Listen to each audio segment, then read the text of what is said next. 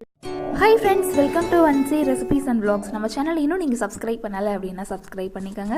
கூடவே பெல் ஐக்கானை கிளிக் பண்ணி இன்றைக்கி நம்மளோட சேனலில் சாஃப்டான லேயர் பரோட்டா எப்படி செய்கிறதுன்னு இந்த வீடியோவில் நம்ம பார்த்து தெரிஞ்சுக்க போகிறோம். இந்த பரோட்டா பண்ணுறதுக்காக 1.5 கப் அளவு மைதா மாவு எடுத்திருக்கேன். இந்த மைதா மாவு கூட ஒரு 1/4 டீஸ்பூன் அளவு உப்பு சேர்த்துக்கலாம். இது கூடவே 1 டீஸ்பூன் அளவு சுகர் சேர்த்துக்கலாம்.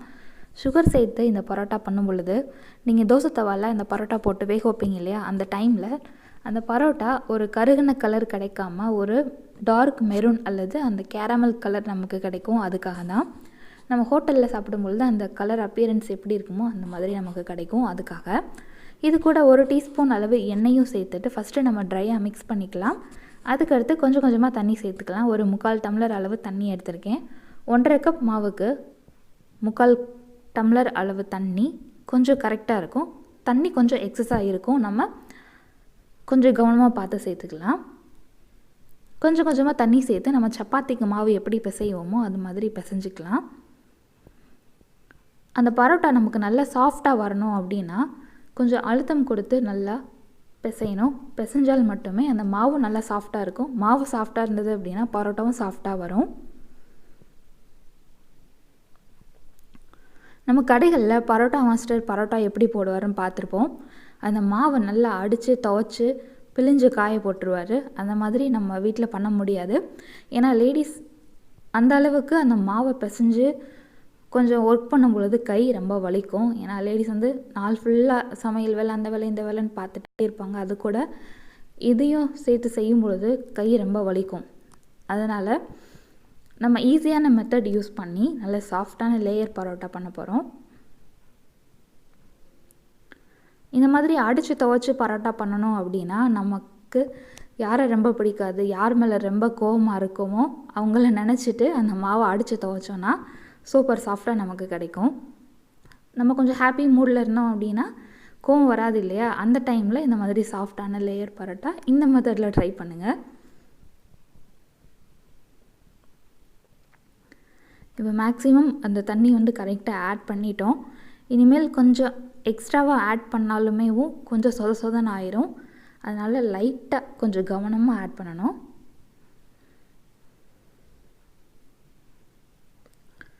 ஃபுல் அண்ட் ஃபுல் மைதா மாவு யூஸ் பண்ணுறதுக்கு பதிலாக இப்போ 1.5 கப் மைதா மாவு நான் எடுத்திருக்கேன் அப்படின்னா 1 கப் மைதா மாவு 1/2 கப் கோதுமை மாவு அந்த அளவு கூட நம்ம எடுத்துக்கலாம். இப்போ கொஞ்சமாக ஒரு 1/4 டீஸ்பூன் அளவு பட்டர். அந்த பட்டர் நீங்கள் ஃப்ரிட்ஜில் இருந்து ஒரு ரூம் டெம்பரேச்சர் வரணும். அதனால் இந்த பரோட்டா பண்ணுறதுக்கு முன்னாடி கொஞ்சம் வெளியே எடுத்து வச்சிட்டிங்க அப்படின்னா ஃபாஸ்ட்டாக அந்த பட்டர் ரூம் டெம்பரேச்சர் வந்துடும். அது கொஞ்சம் ஆட் பண்ணி நல்லா மிக்ஸ் பண்ணிக்கலாம். நல்லா அழுத்தம் கொடுத்து அந்த மாவை நல்லா பிசைஞ்சு சாஃப்டாக கொண்டு வந்துடலாம்.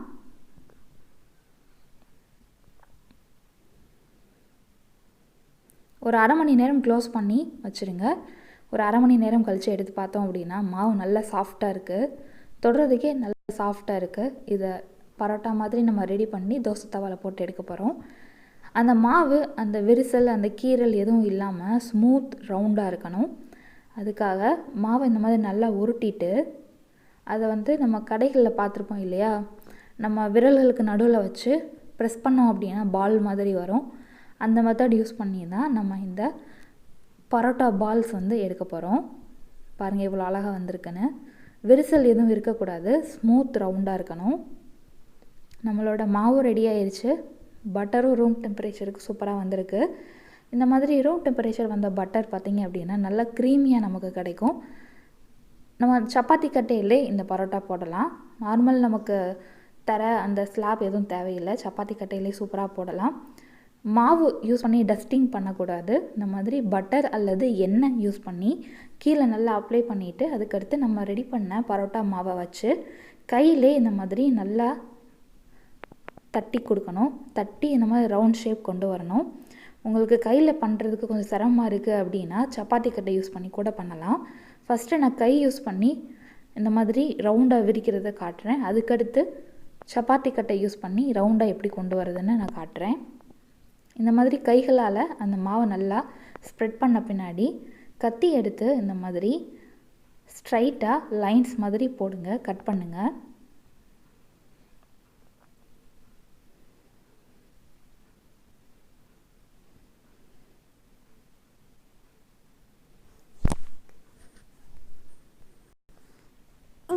இந்த மாதிரி கட் பண்ண பின்னாடி அதை நல்லா உருட்டணும். அந்த ஒவ்வொரு லைன்ஸுமே பார்த்திங்கன்னா ஒன்றுக்கு மேலே ஒன்று ஒட்டுற மாதிரி இந்த மாதிரி உருட்டி விடுங்க.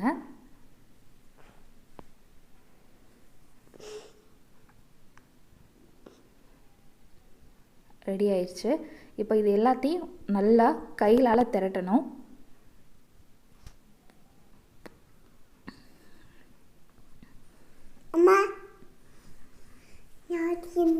கையால் நம்ம திரட்டிட்டு அதை நல்லா தின்னாக வர மாதிரி மறுபடியும் நல்லா உருட்டிக்கலாம். இந்த மாதிரி உருட்டின பின்னாடி இந்த மாதிரி நம்ம சங்கு சக்கரை மாதிரி ஒரு ஹோல் அந்த சர்க்கிள் ரெடி பண்ணணும். ரெடி பண்ணிவிட்டு இப்போது இதை கைகளால் தட்டி விடணும். ஒரு பிளேட்டில் கூட வச்சு தட்டலாம், சப்பாத்தி கட்டையிலே வச்சு தட்டணும்னு இல்லை. ஒரு பிளேட் எடுத்துகிட்டு கீழே லைட்டாக பட்டர் அப்ளை பண்ணிவிட்டு இந்த மாதிரி கையால் அந்த பரோட்டாவை நல்லா ஸ்ப்ரெட் பண்ணி விடுங்க. பாருங்கள், சூப்பராக ரெடி ஆயிடுச்சு பரோட்டா. இப்போ இதை தோசை தவாவில் போட்டு வேக வச்சு எடுக்கணும்.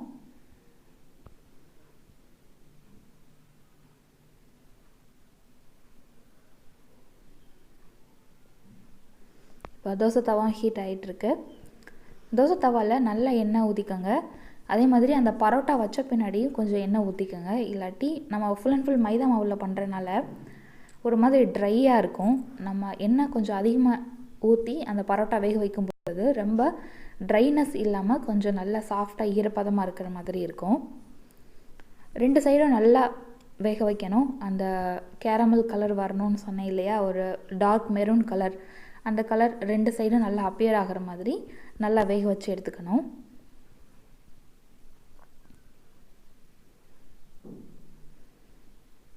அந்த பரோட்டா நல்லா வெந்தால் தான் சாப்பிட்றதுக்கு நல்லாயிருக்கும், வேகமாக டைஜஸ்ட் ஆகும். இல்லாட்டி ஒரு மாதிரி அடைச்ச மாதிரி இருக்கும். ஒரு பரோட்டா நான் போட்டு காமிச்சிட்டேன். இப்போது கை யூஸ் பண்ணாமல் சப்பாத்தி கட்டை வச்சு அந்த பரோட்டா நல்லா தேய்ச்சி எப்படி எடுக்கிறதுன்னு பார்க்கலாம். சேம் அந்த சப்பாத்தி கட்டையில் பட்டர் அப்ளை பண்ணிவிட்டு அதுக்கு மேலே நம்ம ரெடி பண்ண மாவு வச்சுட்டு சப்பாத்தி கட்டையால் அதை நல்லா தின்னாக உருட்டிக்கலாம், நல்லா தேய்ச்சி விட்டுக்கலாம்.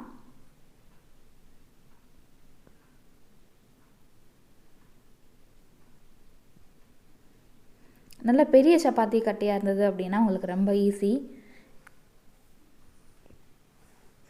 சின்ன சப்பாத்தி கட்டையாக இருக்குது அப்படின்னா கீழே நம்ம கிச்சன் ஸ்லாப் ஏற்கனவே நம்ம டைல்ஸில் தான் போட்டிருப்பாங்க, அதை நல்லா க்ளீன் பண்ணிவிட்டு அதில் கூட நீங்கள் தேய்க்கலாம். நம்ம கத்தி யூஸ் பண்ணி அதை ஸ்ட்ரைட் லைனாக கட் பண்ணுங்கள்.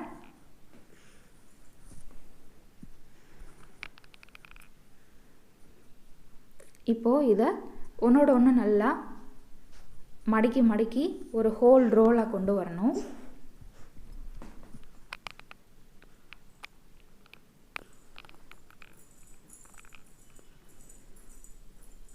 இதே மாதிரி ஒன்றோட ஒன்று நல்லா உருட்டி ஒரு ஹோல் ஸ்ப்ரிங் ரோல் சொல்லுவோம் இல்லையா, அது மாதிரி கொண்டு வந்துட்டு மறுபடியும் அதை நல்லா கைகளால் நல்லா உருட்டி தின் ரோலாக கொண்டு வந்துட்டு அஸ் யூஷுவல் நம்மளோட பரோட்டா மாதிரி தட்டி தவாவில் போட்டு வேக வைக்கணும். இந்த ரோல் ரெடி ஆயிடுச்சு. இப்போ இதை நல்லா உருட்டி ஒன்றோட ஒன்று நல்லா ஒட்டுற மாதிரி ரெடி பண்ணிடலாம்.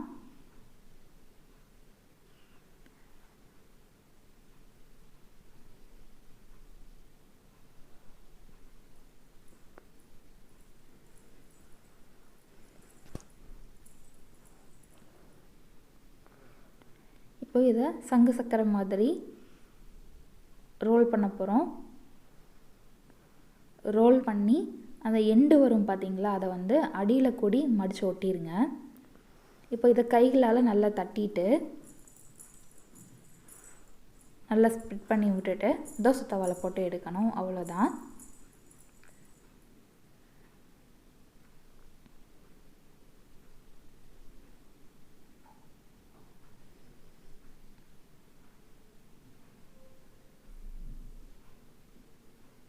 இப்போ தோசை தவா ஹீட் ஆயிடுச்சு. அதில் கொஞ்சம் எண்ணெய் ஊற்றிட்டு நம்ம பரோட்டா வச்சிடலாம். வச்சுட்டு நல்லா வேக வச்சு எடுக்கணும். இந்த பரோட்டா ஃபுல்லாக போட்டு எடுத்த பின்னாடி லைட் ஹீட் வரும் பார்த்தீங்களா, அந்த ஹீட் வந்த பின்னாடி கடைகளில் பண்ணுற மாதிரி ஒரு ஸ்டெப் பண்ணணும். அந்த ஸ்டெப் பண்ணோம் அப்படின்னா பரோட்டா இன்னும் நல்லா சாஃப்டாக லேயர் லேயராக நமக்கு தனித்தனியாக கிடைக்கும். இப்படி அழகாக கிடச்சிருக்கு பாருங்கள்.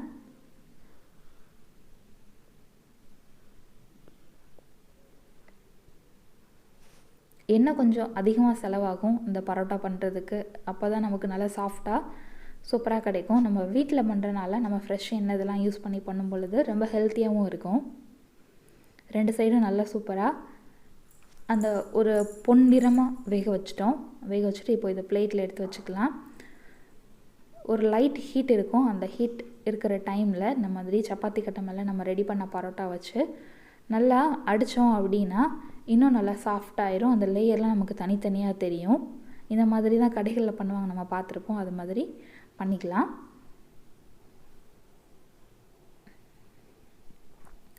பாருங்கள் எவ்வளோ அழகாக லேயர் லேயராக வந்திருக்குன்ட்டு. நாங்கள் இந்த பரோட்டா பண்ண அன்னைக்கு ஆத்தூர் ஸ்டைல் மட்டன் மிளகு கறி பண்ணியிருந்தேன்.